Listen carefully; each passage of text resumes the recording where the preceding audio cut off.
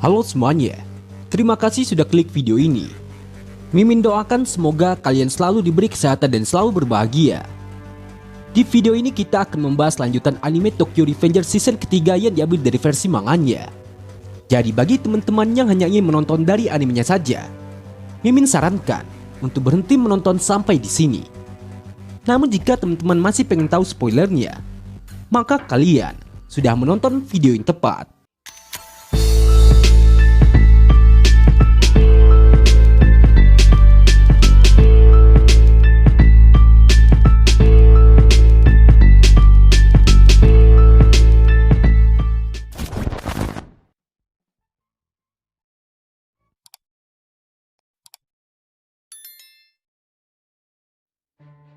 Di episode sebelumnya telah berakhir dengan kematian Izana dan terungkapnya fakta bahwa Izana dan Maiki tidaklah bersaudara.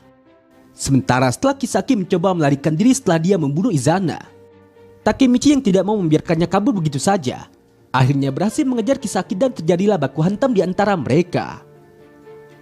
Nah, kira-kira akan seperti apa kelanjutannya? Tonton terus video ini sampai selesai.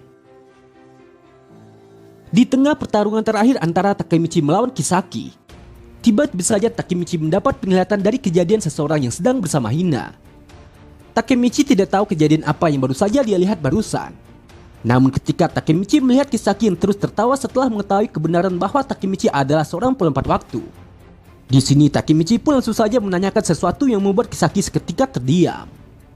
"Kisaki, ada urusan apa kau dengan Hina? Aku tahu kau mau sesuatu dari Toman. Karena itu kau memperhatikan Maiki. Tapi kenapa kau membunuh Hina terus-menerus?"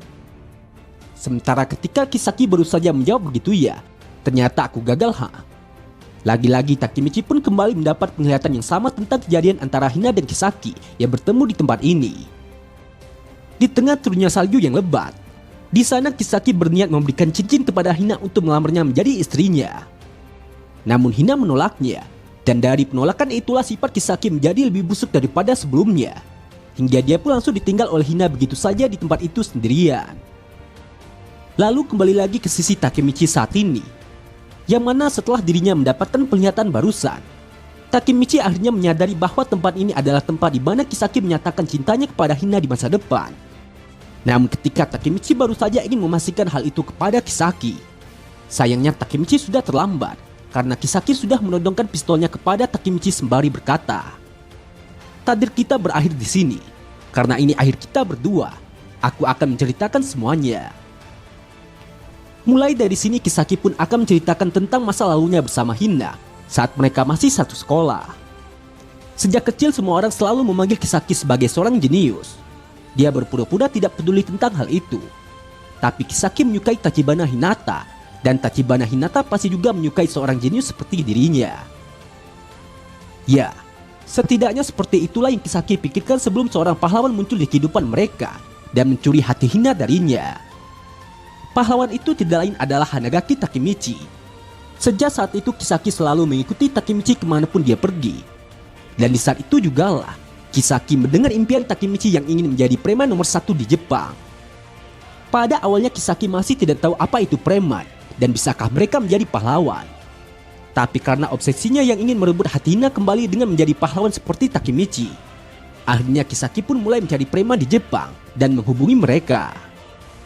Osane terlihat seperti orang yang ingin menjadi preman nomor 1 di Jepang, tapi preman nomor 1 di Jepang ternyata bukanlah dia.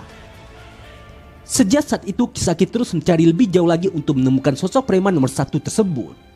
Hingga sampailah ketika Kisaki akhirnya menemukan seseorang yang tidak lain adalah ketua geng Toman Sano Manjiro.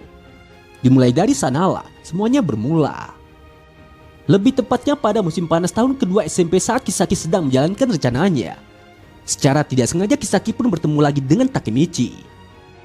Saat itu Kisaki ingin Takemichi melihat dirinya yang terlahir kembali demi wanita yang dia cintai. Kisaki bertekad bahwa dia akan jadi lebih baik dari Takemichi.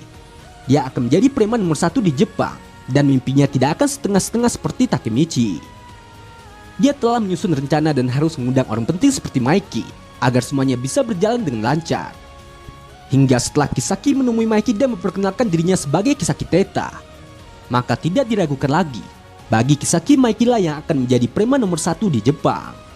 Sedangkan Kisaki sendiri akan jadi orang yang memanipulasi Maiki dari belakang. Menurut Kisaki, Maiki adalah perantara yang tepat agar dirinya bisa mencapai puncak. Dia sangat yakin hasil dari rencana besarnya adalah 10 tahun ke depan. Dia akan mendapatkan kepercayaan Maiki dalam setahun dan akan butuh 2 tahun untuk melanjutkan memanipulasinya. Lalu mereka berdua akan menguasai Tokyo dalam waktu 3 tahun. Dan yang terakhir, mereka akan menguasai Jepang dalam waktu 4 tahun. Hingga itulah kesimpulan dari 10 tahun rencana sebenarnya untuk menjadi preman nomor 1 di Jepang, yang kemudian akan diakhiri dengan melamar Tachibana Hinata. Sampai sejauh ini Kisaki sangat yakin bahwa rencananya itu pasti akan berhasil. Tapi ternyata Takemichi selalu saja menghalangi jalannya. Kisaki yang murka kemudian bertanya kepada Takemichi, "Sudah berapa kali kau melompati waktu?" Namun alih-alih menjawab pertanyaan tersebut, di sini Takemichi pun malah membalasnya dengan balik bertanya, "Jadi kau membunuh Hina hanya karena kau ditolak, bahkan kau membunuhnya lagi dan lagi?" Kisaki menjawab, "Hina adalah wanitaku. Aku tidak akan menyerahkannya pada orang sepertimu. Jadi jika kau mengambilnya, aku akan membunuhnya. Kenapa? Aku telah melakukan semuanya untuknya. Tapi kenapa dia tidak pernah melihat ke arahku? Semuanya adalah salahmu. Aku menghormatimu tapi kau mengkhianatiku. Seharusnya aku membunuhmu dari dulu." Sementara Takemichi yang saat itu sudah tidak tahan lagi mendengar omong kosong dari keputusasaan Kisaki.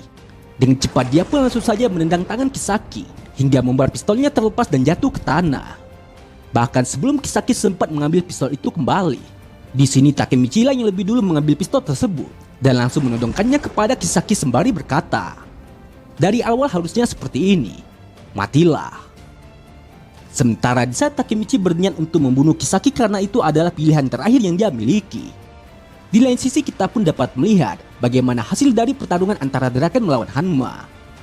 Dengan wajahnya yang sudah babak belur, Hanma pun kemudian berkata, "Sial, ternyata kau kuat sekali Draken."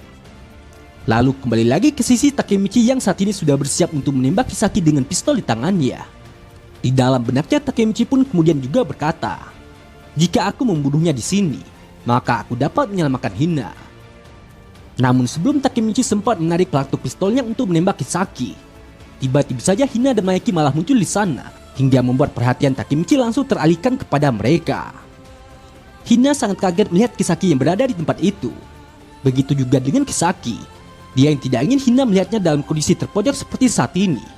Dengan cepat Kisaki pun langsung saja melarikan diri dari sana tanpa mempedulikan Takemichi yang menyuruhnya untuk berhenti. Takemichi mengatakan, "Percuma saja kau lari, Kisaki. Semua orang sudah tahu kalau kau pelakunya.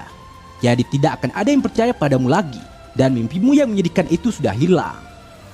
Namun tanpa mempedulikan ucapan Takemichi yang sudah memperingatinya, di sini Kisaki tetap saja berlari dan terus berlari sembari menjawab, "Siapa bilang aku akan mengakhirinya? Aku dapat memulainya lagi dan lagi. Suatu hari Tachibana akan menjadi milikku. Aku yakin suatu hari nanti." Hingga sampailah ketika Kisaki mendengar Takemichi yang mengatakan bahwa dia tidak akan membiarkan itu terjadi dan dia tidak akan membiarkan Kisaki kembali ke masa depan. Tiba-tiba saja Kisaki pun berhenti di tengah jalan dan menoleh ke arah Takemichi sembari berkata, "Balik ke masa depan katamu. Apa kau masih berpikir kalau aku adalah seorang pelompat waktu?" Mendengar hal itu sontak Takemichi pun jadi sangat terkejut dan juga kebingungan saat mengetahui kalau Kisaki ternyata bukanlah pelompat waktu seperti dugaannya. Namun ketika Kisaki baru saja akan memberitahukan kebenarannya kepada Takemichi, secara mengejutkan, tiba-tiba saja Kisaki pun malah ditabrak oleh sebuah mobil yang kebetulan melintas di sana hingga membuat tubuhnya terpental beberapa meter ke depan. Melihat kejadian itu, Takemichi hanya bisa terdiam dan masih tidak percaya kalau Kisaki telah ditabrak di depan mata kepalanya sendiri. Sampai di sini Kisaki masih mencoba untuk bangkit dari tempatnya. Tapi ketika Kisaki melihat tangannya sudah patah, bahkan kepalanya juga bocor hingga mengeluarkan banyak darah. Pada akhirnya Kisaki pun hanya bisa mengerang kesakitan dan mengutuk insiden ini dengan berkata, "Sial, apa-apaan ini?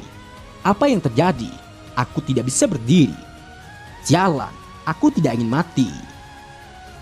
Namun apalah daya, berhubung luka yang dialami oleh Kisaki saat itu sangat fatal dan tidak bisa tertolong lagi. Akhirnya Kisaki pun langsung mati di tempat, seolah ini adalah azab bagi dirinya sendiri yang telah berbuat zalim semasa hidupnya. Insiden Kanto telah berakhir dengan hasil yang begitu mengenaskan. Konflik yang melibatkan 500 anggota geng Tenjiku dan Tokyo Manji telah mengakibatkan 3 orang meninggal dan 5 orang yang terlibat ditahan. Sementara di sisi Hanma yang saat itu belum mengetahui kondisi Kisaki malah mengira bahwa temannya itu berhasil melarikan diri. Dilaporkan 5 orang yang tertangkap tadi adalah para eksekutif Tenjiku yang bernama Muto Yasuhiro, Shion Madarame, Ran Haitani dan Rindo Haitani, serta Mochizuki Kanji. Sedangkan 3 orang yang meninggal adalah Sano Emma, Kurokawa Izana, dan Kisaki Teta. Di tempat berbeda terlihat ada Chipuyu dan Engiri yang mengendarai motor untuk menghindari polisi. Begitupun dengan Inui dan Hakai, Sanzu dan Koko, semuanya juga berpencar untuk menyelamatkan diri mereka masing-masing. Di keesokan harinya setelah insiden Kato berakhir, di sini kita pun dapat melihat ada Takemichi yang datang ke rumah sakit untuk menjenguk Kakucho. Kakucho tampak mengeluh karena hanya dirinya sendiri yang selamat. Namun Takemichi mencoba untuk menenangkan teman masa kecilnya itu dengan mengatakan, "Jangan berkata seperti itu. Izana menyelamatkanmu. Dia tidak akan beristirahat dengan tenang jika mendengar hal itu." Lalu ketika Takemichi mendengar Kakucho yang kembali mengatakan bahwa Kisaki juga telah mati, dan itu artinya mimpi Tenjiku juga sudah lenyap sekarang. Lantas Takemichi pun juga langsung membalasnya dengan mengatakan, "Itu semua tergantung padamu, Kakuchan. Memang benar kalau Kisaki sudah mati dan pertarunganku juga berakhir di sini. Namun sejak hari kematian Kisaki, entah kenapa aku selalu gemeteran." Ini adalah akhir dari arc Tenjiku sekaligus episode terakhir Tokyo Revengers season ketiga.